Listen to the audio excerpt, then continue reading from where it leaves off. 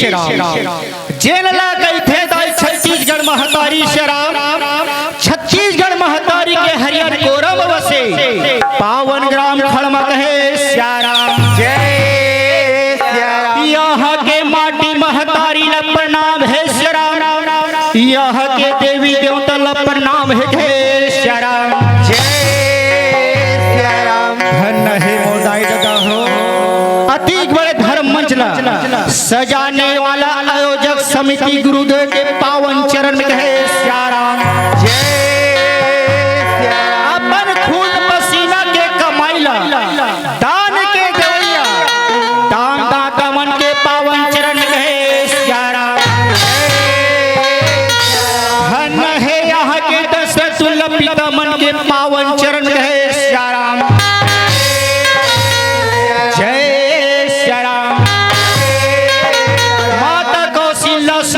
के कई स्वरूप महतारी मन के पावन चरण में श्याराम। ये देश के भार ला कंधा में लेके चलैया ऐसे नौजवान भैया मन के पावन चरण में श्याराम। राखी पुन्नी के दिन सुरता करैया श्याराम, सीता गीता उर्मिला जैसे बड़े दीदी मन के पावन चरण में श्याराम। छोटे छोटे हमार भाई और बहिनी मल्लक है श्याराम। जैन भैया मन भंडारा गृह में सेवा बजा थे, वो भैया मन के पावन चरण है श्याराम। मोर टूटी फूटी वाणी रंगों से दूर तक पहुँचे श्याराम, ध्वनि विस्तारक भैया के पावन चरण है श्याराम। मंडली श्याम राजगढ़ पहंदा जिला धमतरी के अबोध ज्ञानी लड़का के तरफ से दाई दद हो बारंबार प्रणाम है श्याम, प्रणाम स्वीकार करते हैं श्याम। धन है मोटाई दद हो आज आपके पावन गांव में आए श्याम, संत ज्ञानी ध्यानी मन के दर्शन पान है श्याम। आज तुहर पावन ग्राम में श्याम राम रूपी धारा हदाई तो हवत है श्याराम। आज हम भागा मला शामिल करो एक बार कोटि कोटि प्रणाम है श्याराम।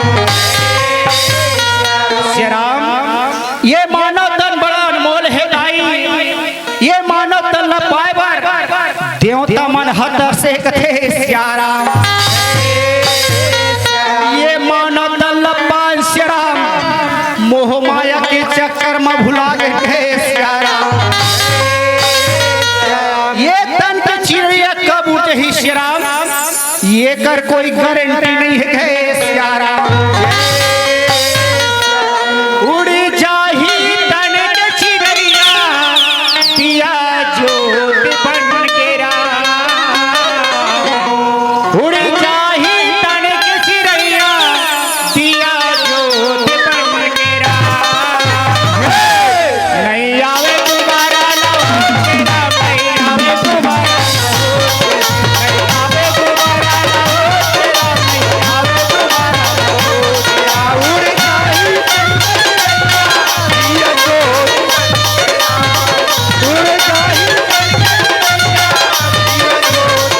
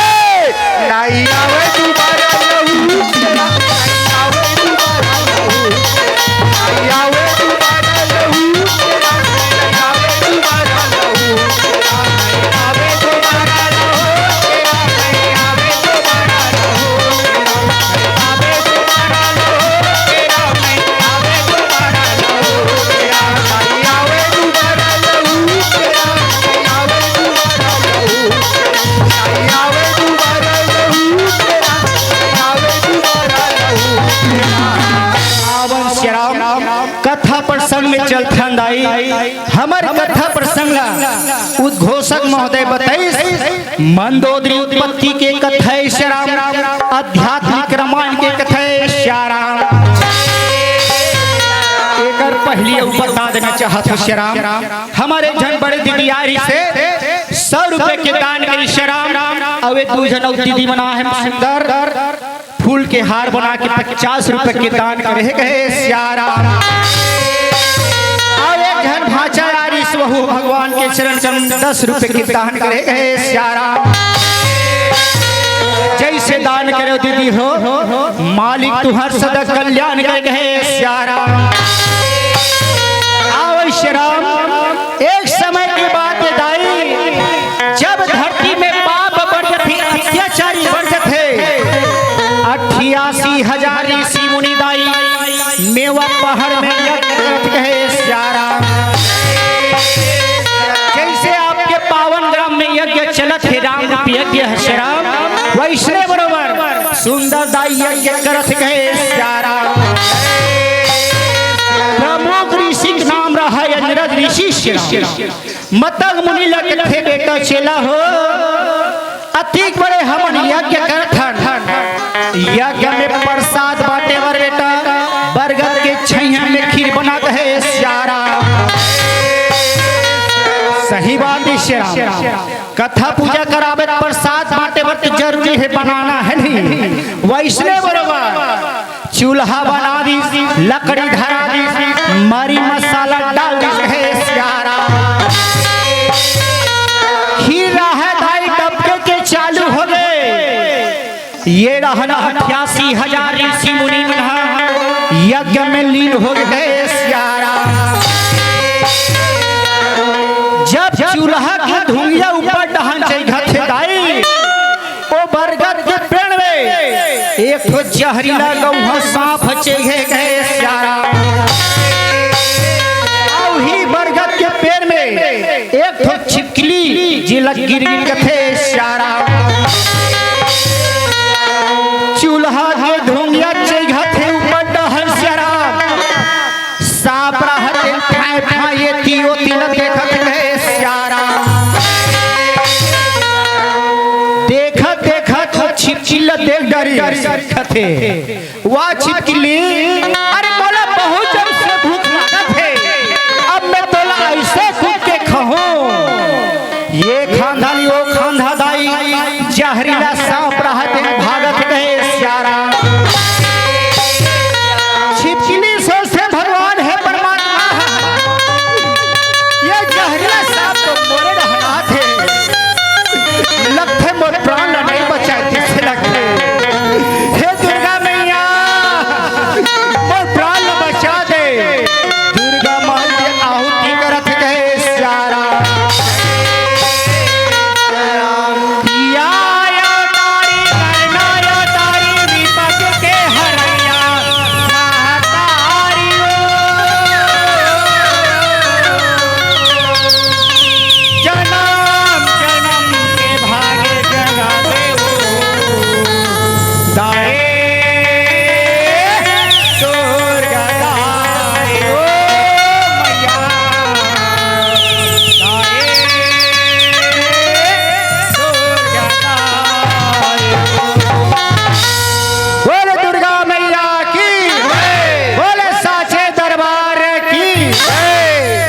कैसे दाई हो जतिक बेर के हमन मंच में आहन ततिक बेर के जयकारा लगा था ना पिछले वाला वारी सोई मंडली मन तो हुमन हाथ लौचाल जयकारा लगा के की सोई ना अस्कट लागे हते से लख थे श्याराम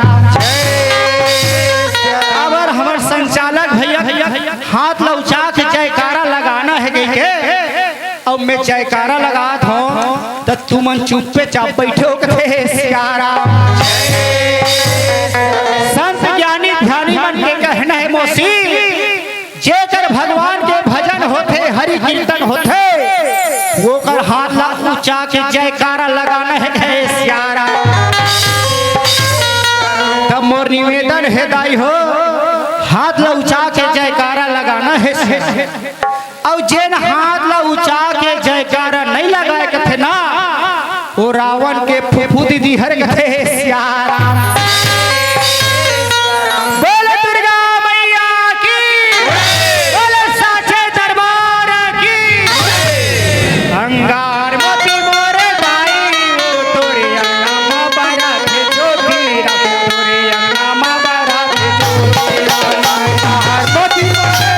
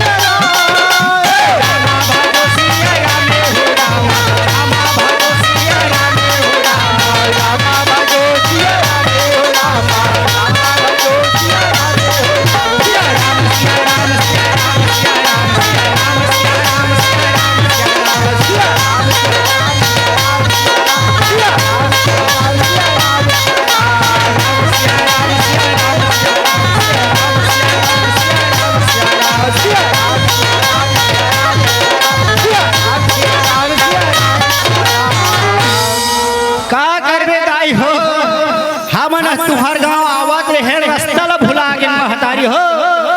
कहाँ रे पक्की रोड सराई रुक बोले ना सीधा वहाँ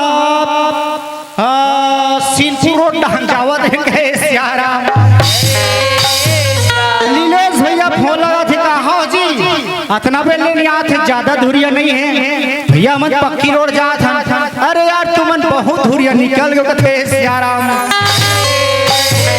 अब ले दे दाई गांव पहुंचे ओकर लइका मन का हाथ हमर राम सत्ता देखैया हरे काजी हमर राम सत्ता देखैया जी हमर गांव माथ थे सियारा।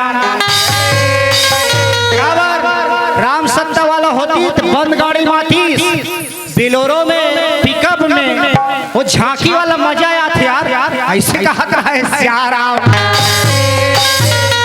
सही बात है दाई हो बड़े बड़े चीज ला देखत रहे ते सादा कहाँ ठिकाना पड़ी कथे सियारा। जैसे मोती साग में का कढ़ी का सलगा बड़ा ते जिल्लोदार की घुघरी कहाँ ठिकाना पड़ी कथे सियारा। तब बोले हरियर मिर्चा हरियर धनिया और चिरपोटी के पताल पीस के आप मलच्चा खाए के प्रयास करो कहे सियारा। ये दिशे जहरीला सांप रहते पहुंच गए। अब तो ऐसे कूद के खाऊं छिपकली। जहरीला सांप रहदाई छिपकली कहाँ खाते शराब डबकत खीर में आके गिर गए सियारा। अरे महतारी के तरफ से भगवान के चरण कमल में 10 रुपये के दान हो गए सियारा।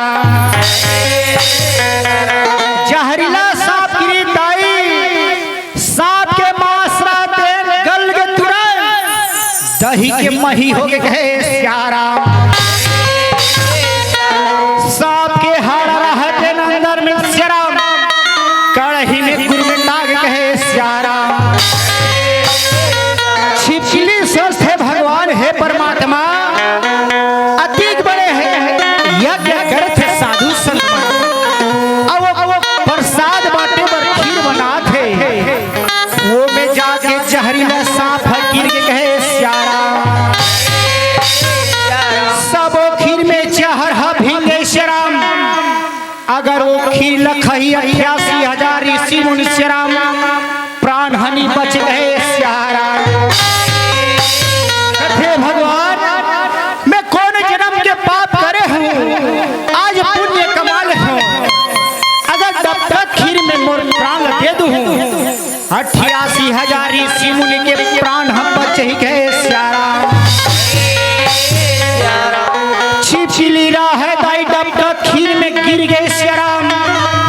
मांस रहते तुरंत गल गए हाड़ा रहते ऊपर में उठला है गए सियारा। ये रहना 88,000 ऋषि मुनि मतलब पता नहीं है मतंग मुनि का थे बेटा अरे खीर ला बना दे है खीर हका जरत है का भुंजावत है चम्मच ला धर ले बेटा और खीर ला खो के आवे है सियारा। खीर ला खोवत है सियारा। सांप के हाड़ा रहते चम्मच में गुरमटा निकल गए सियारा। वो महात्मा सोचते भगवान है महात्मा ये ऊपर लेके देखो छिपकली के हाड़ा बराबर रखे और अंदर रखो के देखो यह तो सांप के हाड़ा निकल गए सियारा। चलिए बात ला गुरु महात्मा कर बताना है सियारा ऐसे दाई हो घटना ला बता गए सियारा। जय सियारा।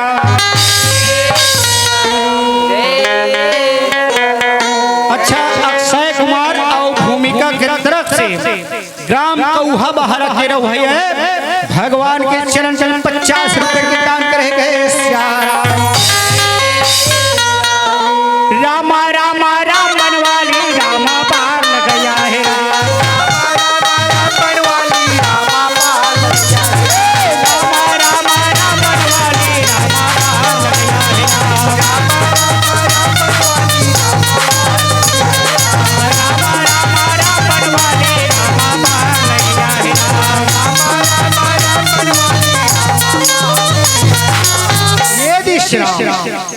और ऋषि रहते गुरुदेव जाके बताते महात्मा यहाँ तो खीर बना था वो में जहरीला सांप गिर गए सब खीर में जहर भींगे सियारा। अब कैसे करना है गए सियारा। गुरु महात्मा रहते न बंदी पे शक्ति से देखते सियारा कि ये घटना कैसे हुई कथे बेटा चेला हो अरे ये जहरीला सांप है छिपकली खाए बर कुदावत नहीं से कुदा खीर में गिर के कहे सियारा। सब खीर में जहर भींगे सियारा अगर ये खीर खावो हमार प्राण हानि बच गए सियारा। जय अरे धूम सिंह होला के तरफ से बाबा भगवान के चरण कमल में 10 रुपए के दान करे गए सारा ऐसे दाई हो महात्मा कथे बेटा आज छोटे से शिव के लिए हमारे प्राण बचा है आज एक उद्धार कर देते गए सारा ऐसे दाई हो संत की कृपा से श्याम वो छिपकी दाई 5 साल के कन्या बना दी है सारा गुरु चेला बन के थे बेटा अरे एकर उद्धार कर दे एला कन्या बना दे अब एकर नाम ला अपन अपन मन से बताओ का नाम रखबो तिलक है सारा मतंग मुनि कथे हे गुरु महात्मा अपन अपन मन से कथो तेकर लेकर नाम ना मैं अक्षर से मंदोदरी नाम करन धरथन कहे सारा ऐसे दाई हो मंदोदरी की उत्पत्ति होते श्याम और सुंदर नामकरण हुई सारा मंदोदरी रहा दाई साधु संत के कुटी में हवे आश्रम में हवे समय बीतत बीतत 16 साल हो गए श्याम मंदोदरी के उम्र 16 साल के हो गए सारा अंजरज ऋषि कथे बेटा चेला हो अरे हम मनोदारी यज्ञ करें हमार यज्ञ विफल हो गए चलो फिर से हम यज्ञ कर गए सारा अब ये बेटी मंदोदरी जा तय साधु संत के धोती बंगाली पकड़ ले सारा नदिया ले साफ करके आवे गए सारा साबुन निरमा पकड़ी दाई हो चैत की महीना रहे खटाखट घाम भरे गए सारा मंदोदरी रहे के नदिया में पहुंच गए ये रहा साधु संत मन यज्ञ करते गए सारा जगदम्बा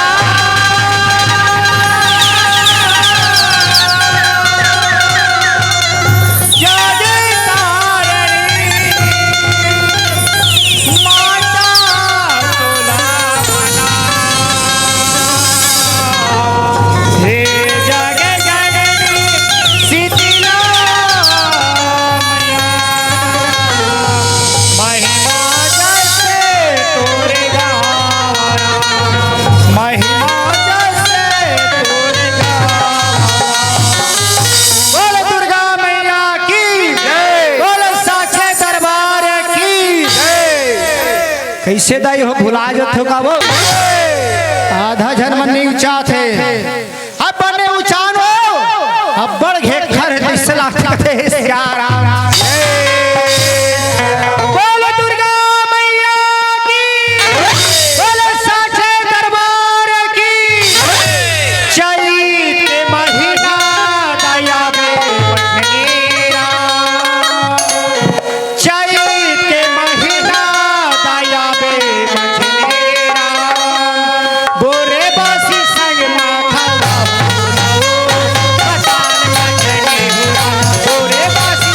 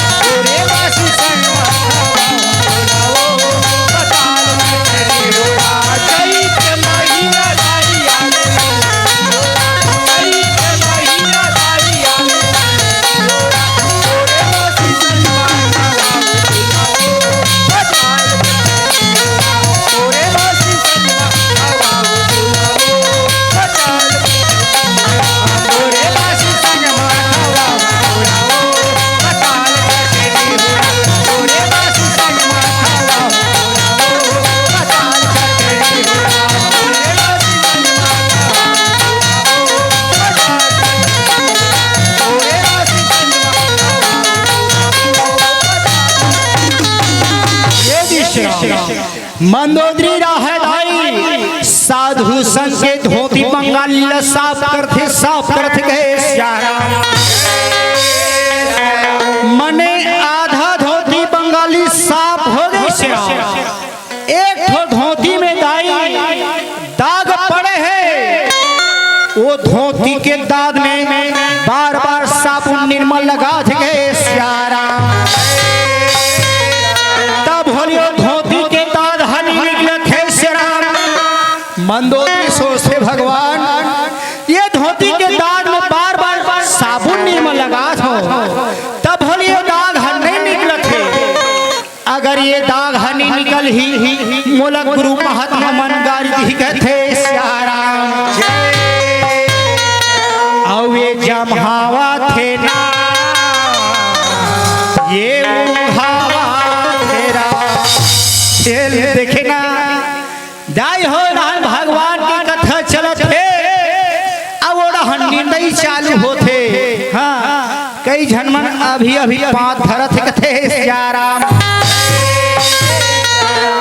दाई हो संत ज्ञानी मन के कहना जेकर भगवान के भजन होते हरि कीर्तन होते ओकर निंदना नहीं है कथे श्याराम।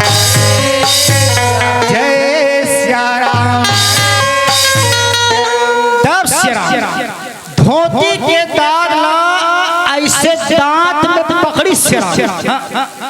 दांत में पकड़ी और चाप चाप के आधा थूकला भिया में जमीन में थूकते श्याराम।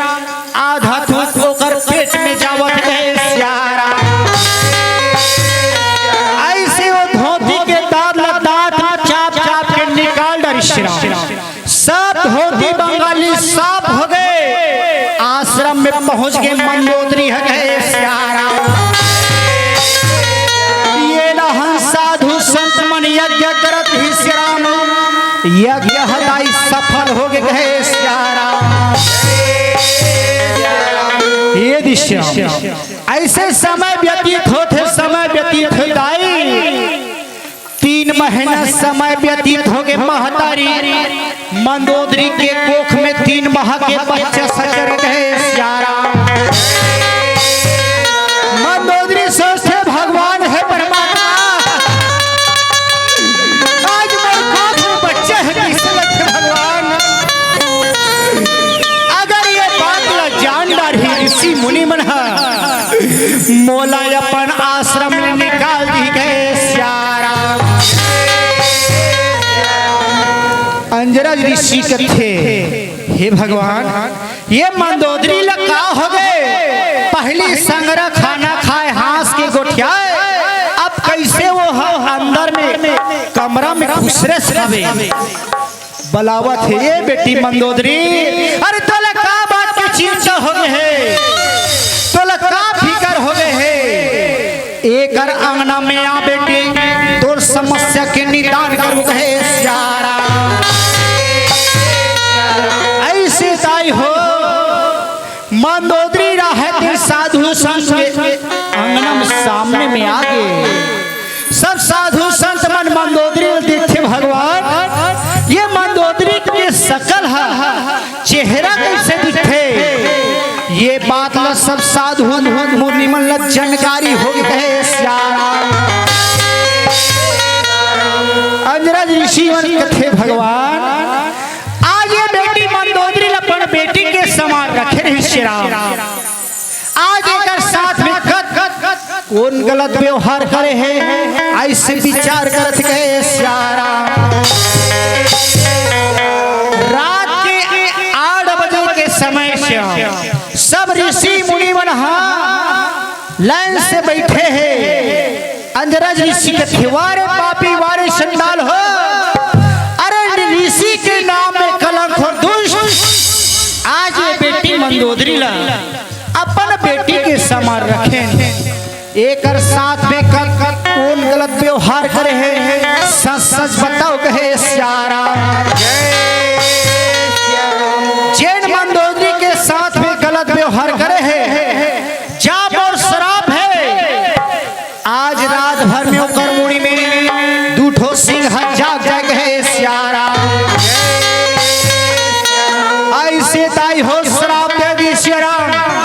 सब ऋषि मुनि राहदाई लाइन से सोए गए श्यारा। ये कान्हा ये कान्हा ये कान्हा राम, ये कान्हा ये कान्हा ये कान्हा राम, ये कान्हा ये कान्हा ये कान्हा राम, ये कान्हा ये कान्हा ये कान्हा राम, ये कान्हा ये कान्हा ये कान्हा राम, ये कान्हा ये कान्हा ये कान्हा राम, ये कान्हा ये कान्हा ये कान्हा राम। हे आतो यातो कान्हा बंसी बजा तोरा, आतो यातो कान्हा बंसी बजा तोरा, गली गली बातों कान्हा हुआ बेचारा, गली गली बातों कान्हा हुआ बेचारा। आतो आतो कान्हा बंसी बजा तोरा, आतो आतो कान्हा बंसी बजा तोरा, गली गली बातों कान्हा हुआ बेचारा, गली गली बातों कान्हा हुआ बेचारा। प्रभु ने सुने हो बंसी के धुनिया, बंसी में हंसे मेरा, बंसी में बजा दे मेरा। प्रभु ने सुने हो बंसी के धुनिया, बंसी में हंसे मेरा, प्रभु ने सुने हो बंसी के धुनिया, बंसी में हंसे मेरा, बंसी में बजा दे मेरा। प्रभु ने सुने हो बंसी के धुनिया, बंसी में हंसे मेरा, मेरा तोरा गाना बंसी बजा तोरा, तोरा गाना बंसी बजा तोरा, गली गली बातों गाना हुआ बेचारा, गली गली बातों गाना हुआ बेचारा। तोरा गाना बंसी बजा तोरा, तोरा गाना बंसी बजा तोरा, गली गली बातों गाना हुआ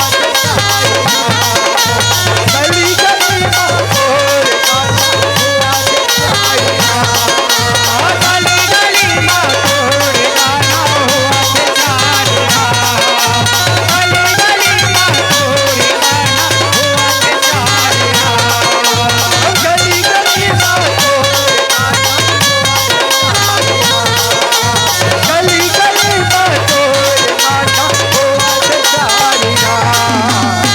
ये ऋषि मुनि मंदाई लाइन से सोए, रात भर ऊपर नींद हन भरत गए श्यारा। सही बात श्याम, कहीं बात ये चिंता फिकर हो जाते दाई, ना तो नींद आए, ना तो भूख लगे, ना तो प्यास लगे। आज वैसने बरवा ऋषि मुनि राहताई हो, नींद हन परत गए श्यारा। रात के 12 बजे के टाइम में श्याम एक ऋषि के मुड़ी में दाई दूठो सिंह जाग गए श्यारा। वो ऋषि राहत दिन अपन मुड़ी लटमट थे, हे भगवान हे परमात्मा, ऐसे में कोई गलत व्यवहार नहीं करे प्रभु, मगर मोर मुड़ी में ये दूठो सिंह कैसे जागी विचार करत गए श्यारा। सुबह हुई श्याम, सब ऋषि मुनि मन और ऋषि ल देखते कथे वारे पापी वारे चंडाल, अरे ऋषि के नाम में कलंक दुष्ट, जाते हमारा आश्रम में निकल जा रे पापी है श्यारा। सब ऋषि मुनि राहताई हो, ऋषि लसदारी श्राप देवत गए श्यारा। वो ऋषि राहत रो रो थे गुरु महात्मा, ऐसे में कोई गलत व्यवहार नहीं करे हो, मगर मोर मुड़ी में टूटी सिंह कैसे जागी, ये लम्बे हर नहीं जान सकूं कहे श्यारा। अंजरज ऋषि राहत अपन दिव्य शक्ति से देखते श्याम, अरे ये ऋषि अपन समस्या ला रो रो के बतावत है, ये कर मुड़ी में दूठो सिंह कैसे जागिस ये लत देखत गए सियारा बात ऐसा बेटा शिला हो। अरे ऋषि कोई रात में कोई सपना देखे री सियारा वो सपना के दाद हाथ धोती में पड़ गए कहे सियारा जब ये धोती ला साफ करल गई सियाराम वो में बार बार साबुन निर्मल लगाई तब होली दाग घर में निकल कहे सियारा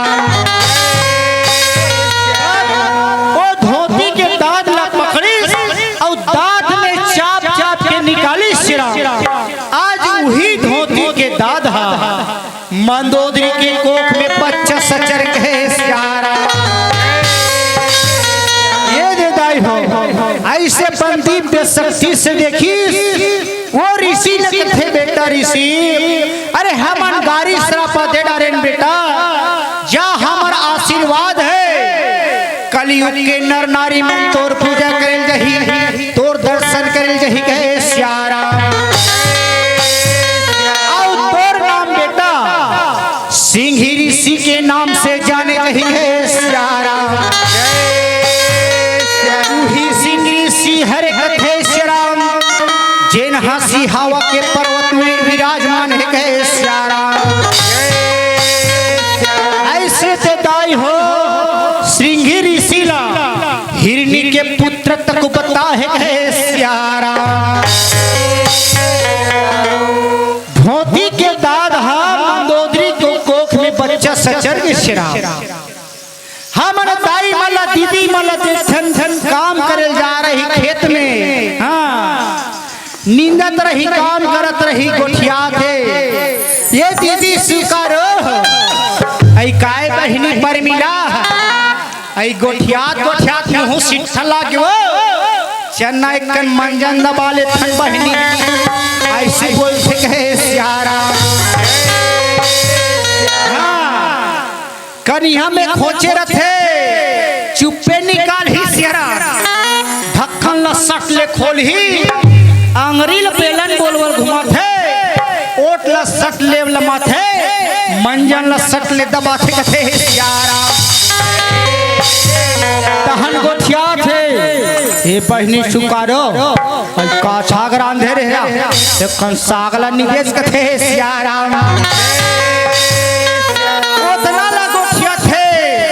जमीन में पच्चल छुपते मां से हाँ तो सबको थूखा थोड़े थोड़े बहिदाई आधा धोखा ये पेट में जाते स्टेशन में गए सियारा धीरे धीरे जाके दाई गुड़ा खुर की गोला बीमारी फैल जाते गए सियारा हाँ तान का हाथ कैसे ये ये पिंटू के पापा कैसे तुम मोर पेट पिरावत है वो चन्ना मोला धमतरी ले जा डॉक्टर कर कथे सियारा गुड्डू के पापा कथे पैसा कौड़ी नहीं है कुमार झांक है और तोला डॉक्टर उस रहे मैं नहीं ले गो तोला डॉक्टर कर कथे सियारा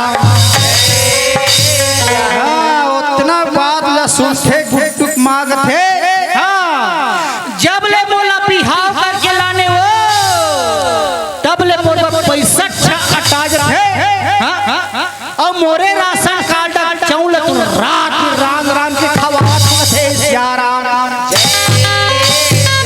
जब ले तोला पैसा मांगो पैसा ज नहीं है कथा और तोर बार समझा मेरा बार पैसा हो जाते कथे सियारा सही बात है श्रीराम ऐसे दाई का समय आ गए हम पुरुष समाज में चलते हैं हाँ सुबह को राम राम शाम हो 250 ग्राम जब 250 ग्राम के पावर थे होटल में खुसरो हाड़ा गोड़ल चुचरो और घर में आके बीबी बच्चल चुचरो कथे सियारा ऐसे दाई हो इसी समय आ गए सियारा अब बोला हीरो हो हम बैठार के लेके डॉक्टर करा डॉक्टर जांचत है कस वो मंजन गुड़ा खून दबा था उतना ठाठो लबारी मारते डॉक्टर साहब आनी बानी के नाम झल लो हम मंजन गुड़ा खुरनी दबान के जब ऑपरेशन करके निकाल थे दई यह किलो किलो गुड़ा खुर के गोलक है सियारा मंजन तंबाकू झल दबा करो सियारा बीमारी फैल जाते कतनो पैसा बर्बाद हो जाते परिवार हम बर्बाद हो जाते गए सियारा आज वैसने बड़ो मंदोदरी की कोख में वो धोती के दादा बच्चा सचर गए सियारा ऐसे दाई हो 9-10 के छाव हाँ पड़ गए सियारा वही समय में ऋषि मुनि में सोचते भगवान ये बेटी मंदोदरी शादी करे के लायक खुद है अब एक कोख में बच्चा है एक संग में कौन हाँ शादी कर ही गए सियारा अगर एक किस्मत में सियारा अलवा जलवा फोरवा लांगड़ा हो ही अलवा जलवा शादी ला निपटा देबो कथे सियारा सीसागर में सोए नारायण लक्ष्मी चरण दबावा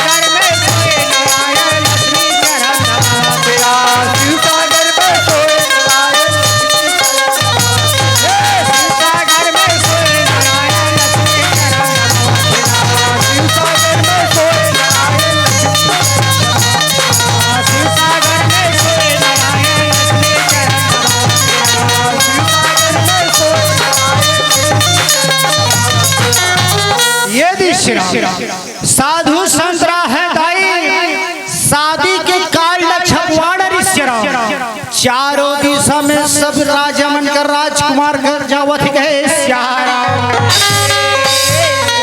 ये झरीसी है कृष्ण पंपापुरी में राजा बाली कर पहुंच के कथे राजा बाली तोर शादी हो आधा उम्र बीत के राजा मगर अभी तक तोर घर संतान नहीं है सियारा अगर तोला शादी करना है सियारा हमार आश्रम में पहुंच जा ये निमंत्रण रख है सियारा एक झरी सिरा है फिर सिरा लंकापुरी में राजकुमार रावण कर पहुंची है सियारा कथे हे लंकापुरी राजकुमार रावण अगर तोला जयमाला शादी करना है हमार आश्रम में पहुंच जबे श्याम हमार पास में कन्या है गए सियारा चारों दिशा ले निमंत्रण दे के आगे श्याम मंदोदरी मने मन में विचार करते भगवान है परमात्मा आज 9-10 की छाव पड़ गए अब मोर शादी करे बर जाते जेन हम मोर शरीर देखी श्याम वो वापस चल दी गए सियारा लंकापुर ले श्याम राजकुमार रावण रहते पुष्पक वाहन से आश्रम में पहुंच गए सियारा अब आश्रम में पहुंची श्याम अंजरज ऋषि रहते बेटा मतंग मुनि अरे लंकापुरी के राजकुमार रावण आहे आदर सत्कार इकर करो सुंदर आसन बैठाओ कहे सियारा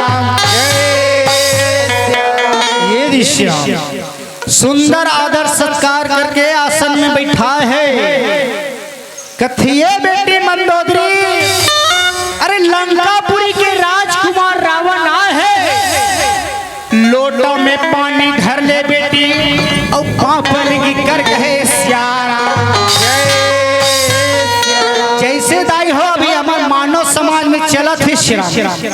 लड़की देखे बार जाथन तब सियानहा धर के ले जाथन वो है नहीं सियानहा धर के जाथन औकर सन में औ संगवारी रथे श्याम तब लंकापुरी के राजकुमार रावण रहते ना एक के झड़ सुंदर आहे गए श्याराम अबे हम बड़े दीदी श्याम मंदोदरी के टिकावन में 50 रुपया टीके है श्याराम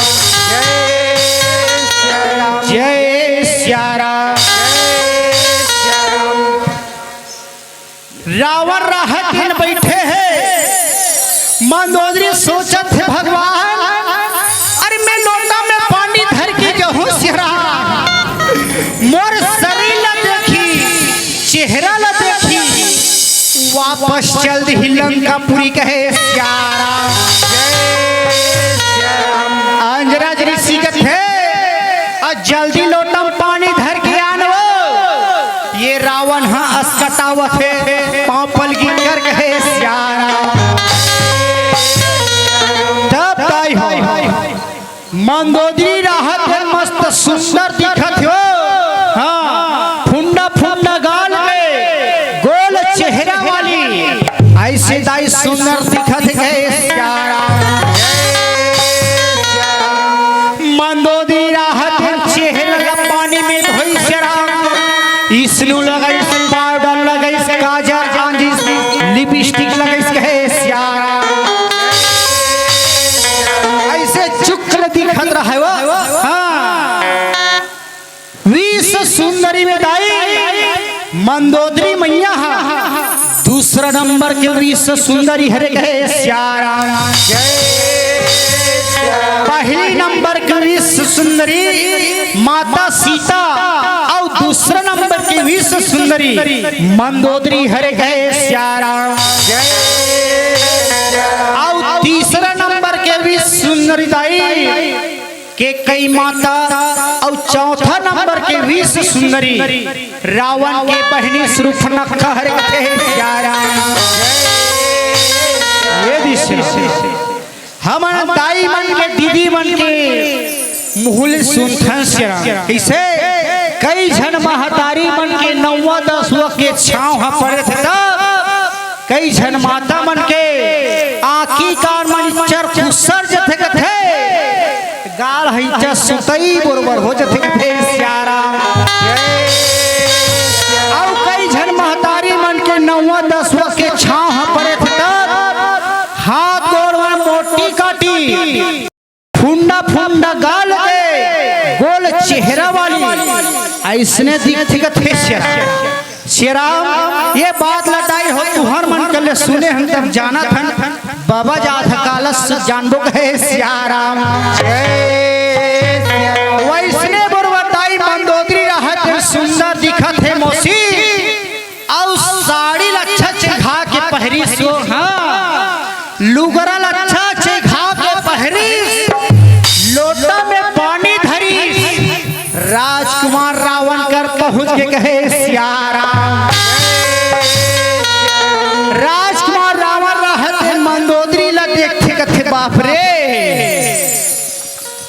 ऐसन कन्या तुम और जिंदगी में पहली बार देखत हो भगवान ऐसन सुंदर कन्या मोर जिंदगी में पहली बार देखत हो कथे श्याराम तोरे चंदा जैसे चेहरा सजा तारे माया वाली दे माया मा फसा तारे माया वाली दे माया मा फसा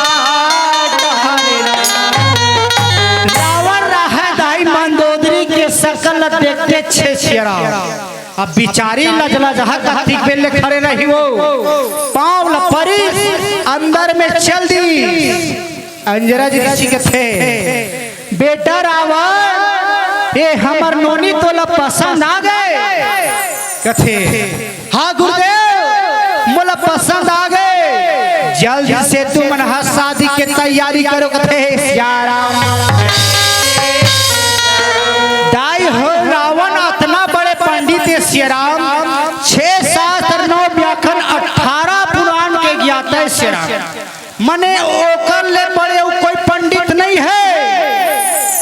भोले रावण ने जानती इस मोसी कि ये मंदोदरी के शरीर हा अब एक चेहरा हा कैसे दिखे रावण ला जानकारी नहीं हुई श्याराम मंदोदरी ला शादी करे पर तैयार हो गए श्याराम ऐसे दाई हो शादी के तैयारी चला थे श्याम आकाश में श्याराम देवता मन सुंदर पुष्प बरसावत है श्याराम और जन्मे जन्मे गाठी जोड़े ये भैया जन्मे जन्मे गाठी जोड़े ये दीदी जन्मे जन्मे गाठी जोड़े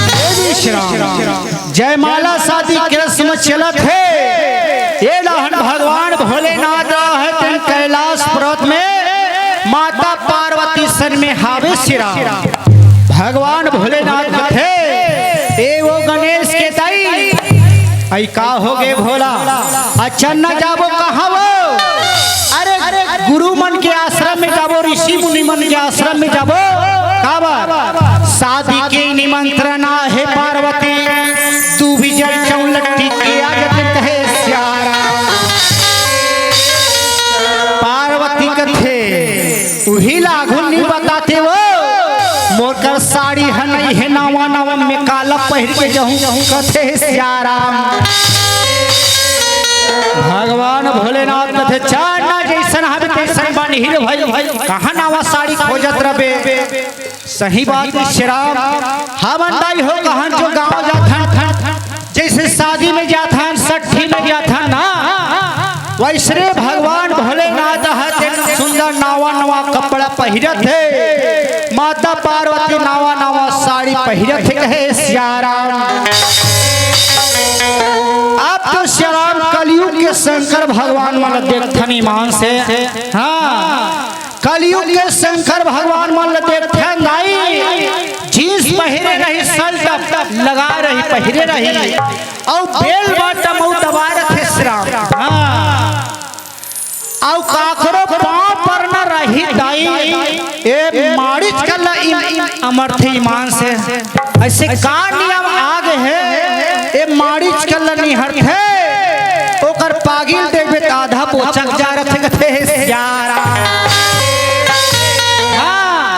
ऐसे से शंकर भगवान की फैशन है दाई बाल ऐसे सेटिंग करा रखी मान से हाँ तीरे तीर देखते नहीं जानो मानो कब चेथिल दियार हचर देते इससे दिखते कथे श्याराम कलयुग के पार्वती मन कोई कमी नहीं है फैशन में श्याराम आँखी की बिरोनी तक को नहीं पहुंचत थी मान से कथे श्याराम ऐसे दाई हो भगवान भोलेनाथ हते माता पार्वती सन में आवत है ये दे पहिला के सुनावत है धीरे धीरे महादेव जावत है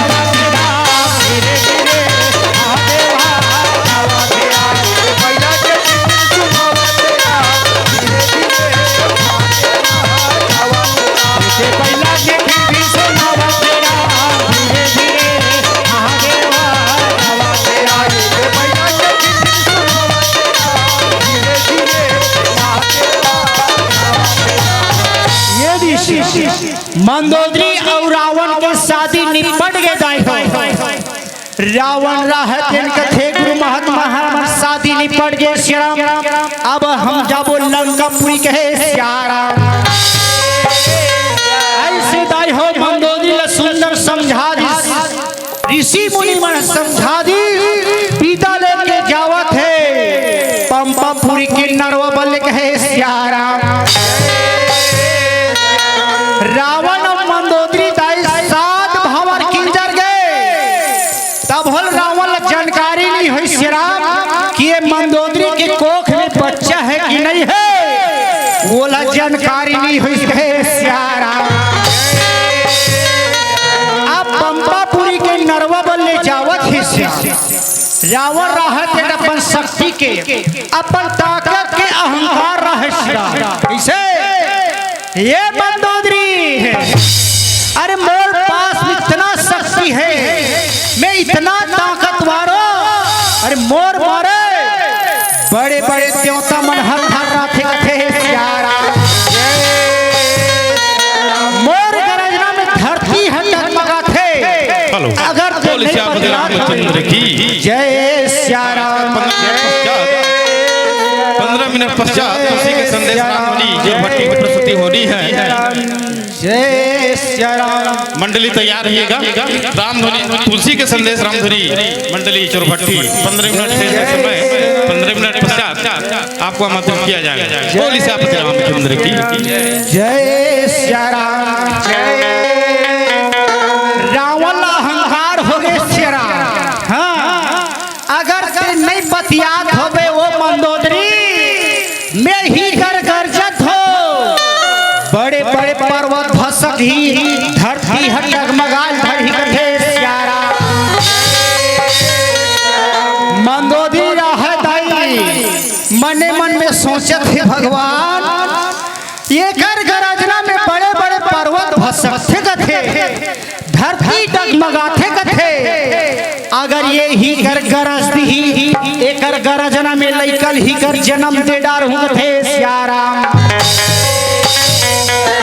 तब मंदोदरी रहते ओखी लगा थे श्यारा जैसे हमार दीदी मन ओखी लगा थे। हाँ सब्जी ला भूंजत रही हाँ सब्जी बनात रही थारा वही देखत रहे श्यारा। सबो सब्जी जर गए खवैया आगे बैठ गए कथे कसो अति कति तेल फूल महंगा हो गए और सबो सब्जी लपी डाल डरे तो दीदी मनोखी लगा थे। हाँ ये लइका कतना रोवतरी से कतना पदोवतरी से ये लइका घर के नहीं जा सकते कथे श्यारा। ये लइका सब्जी सबो साग हजर गए थे श्यारा। वैसने मंदोदरी राहत कथे स्वामी मोला गरजना या बदल थे स्वामी ते धुरिया में जा स्वामी गरज सही कला पारी तिलक थे श्यारा। रावण लदाई मंदोदरी राहत 1 किलोमीटर असल में भेज दे श्यारा। मंदोदरी राहत पंपापुरी के नरवा कर खड़े गए श्यारा। मंदोदरी कथे स्वामी है पतिदेव चल आप गरज तोर शक्ति ला तोर ताकत ला मैं ह देखत तो का सही कला बारी तिलक है श्यारा। रावण राहत आई से गरजत है श्यारा। धरती डगमगावत है बड़े बड़े पर्वत भसकत गए श्यारा। रावण के गरजने में दाई बड़े बड़े पर्वत भसक गए मंदोदरी के गर्भ हुई कर खसक के कथे श्यारा। मंदोदरी सोच से भगवान एक गरजना में लइकल ही कर जन्म दे डारे हो और ये जल्दी से आ जाही जान डालही अपन तलवार में कुटी कुटी मार के फटक दी कथे श्यारा। मंदोदरी रहत आई ओ लइका चंपापुरी की नरवा नरवम रहा झील, वो झील में रख दी श्याराम और गोड़ हाथ चेहरा धो के जगह में आ गए श्याराम। अब कथे हे स्वामी हे पतिदेव, मोला गरजना या पर डर लागत है, जल्दी से आओ कहे श्याराम। रावण राह दाई अटिया कटिया आवत है देखे मोर शक्तिला। सही बात है स्वामी, तब हो रावण नहीं जान सकी कि मंदोदरी के शरीर पहले कैसे दिखत रही से अब कैसे दिखे, वो जानकारी नहीं हुई है श्याराम। और तोरे बिना सुना हो अवधि नगरिया, तोरे बिना सुना हो अवधि नगरिया। राम लखन जानकी जय बोलो हनुमान की, राम लखन जानकी जय बोलो हनुमान की। झन जाते बनवासी दशरथ के राजा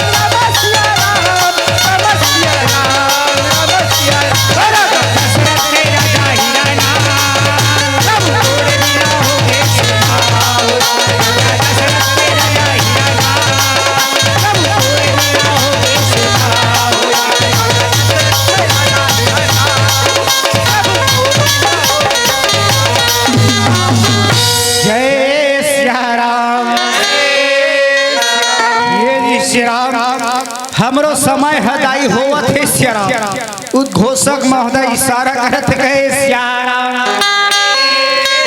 जय श्याराम। दाई हो लइका ला नार फूल सुधरा की झील में ये हनुमान दोदरी रावण राहती श्याराम। वो लइका ला छोड़ के लंका पूरी चल दिस कहे श्याराम।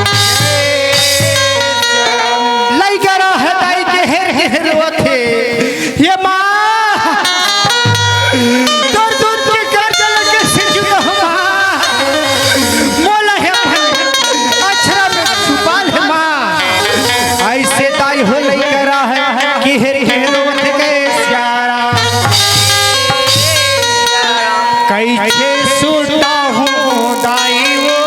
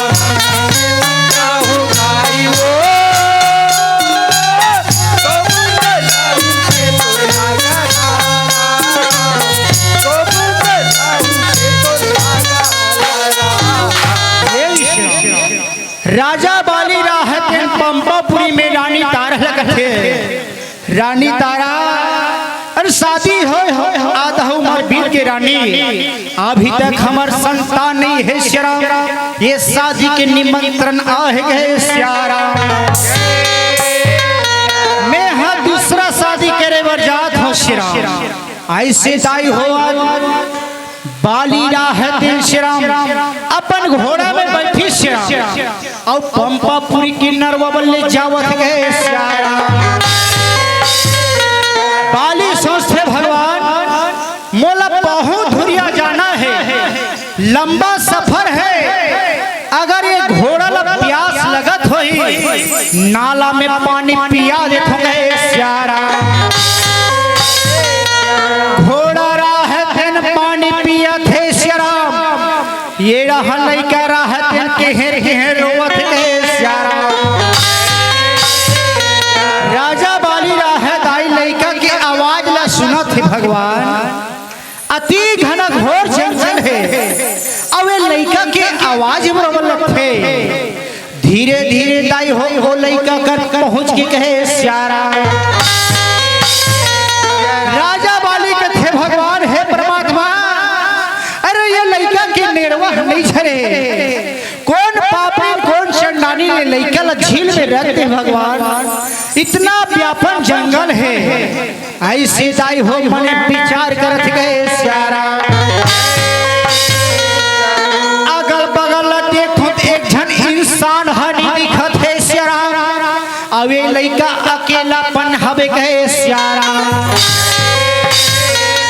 राजा बाली के भगवान अरे ही लइका के खातिर में दूसरा शादी करे बर जात रहो ये बच्चा में हम घर में ले जत हो श्याम एक सठी संस्कार में मन हो गए श्यारा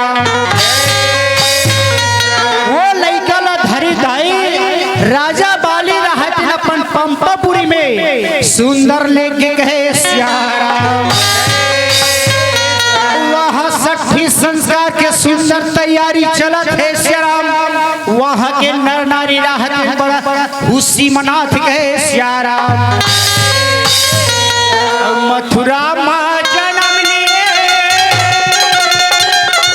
गोकुल माँ खेले मोरो रामा हो वृंदावन में सुवना मोरो रामा हो वृंदावन में सुवना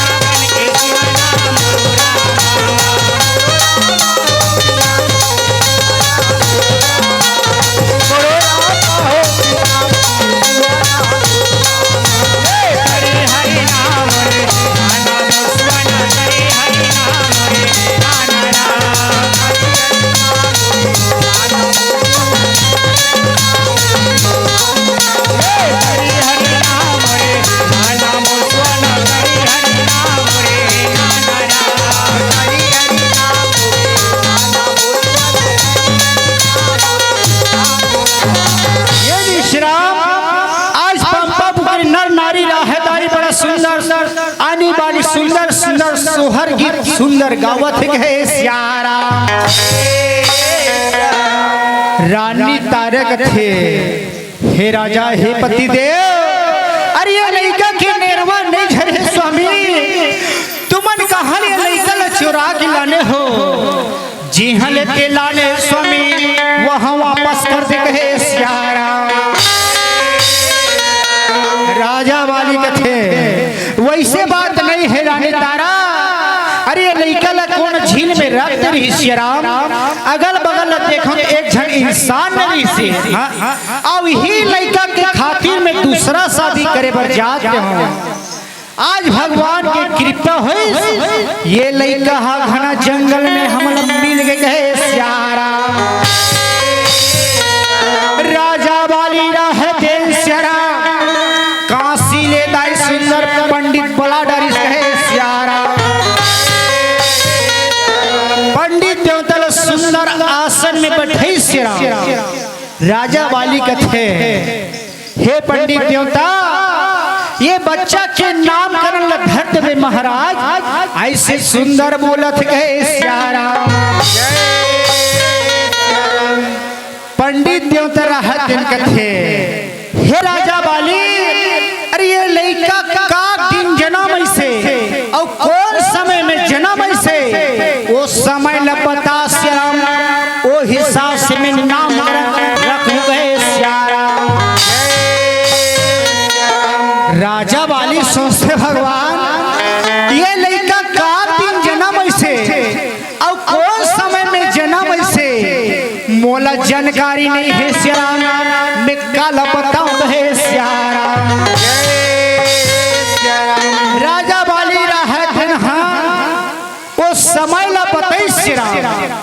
ऐसे ऐसे ऐसे और ऐसे ऐसे ऐसे सब बात ला सुनिस पंडित देवता रहत सियारा। पोथी पुराण निकालिस कहे सियारा।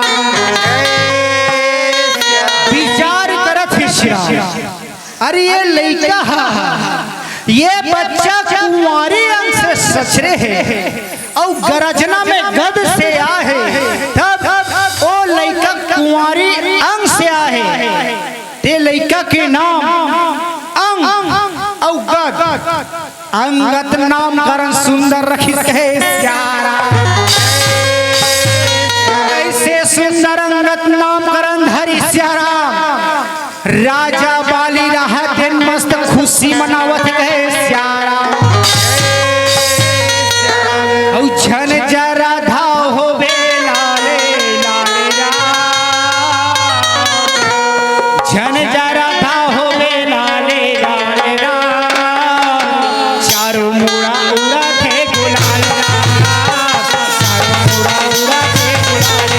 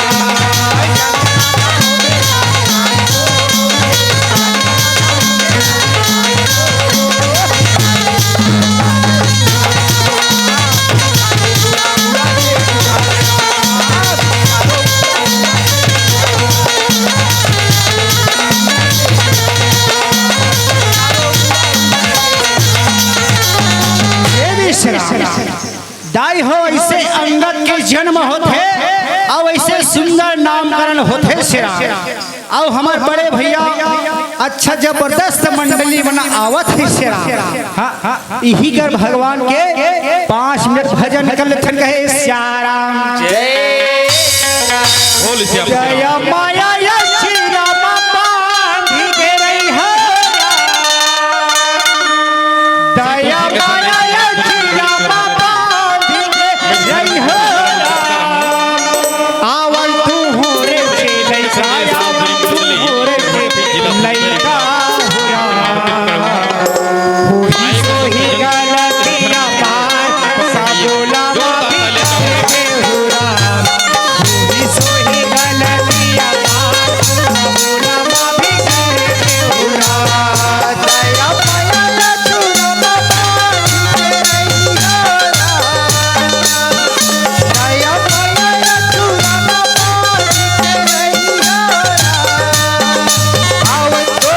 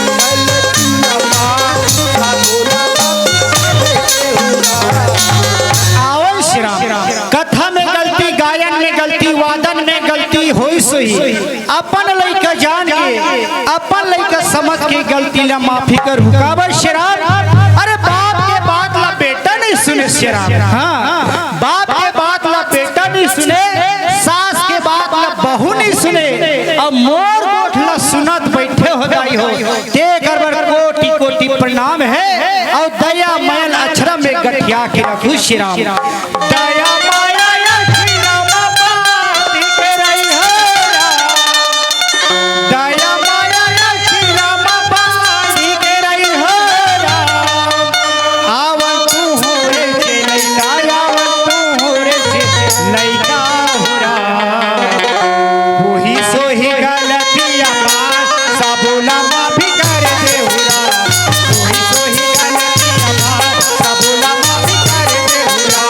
दया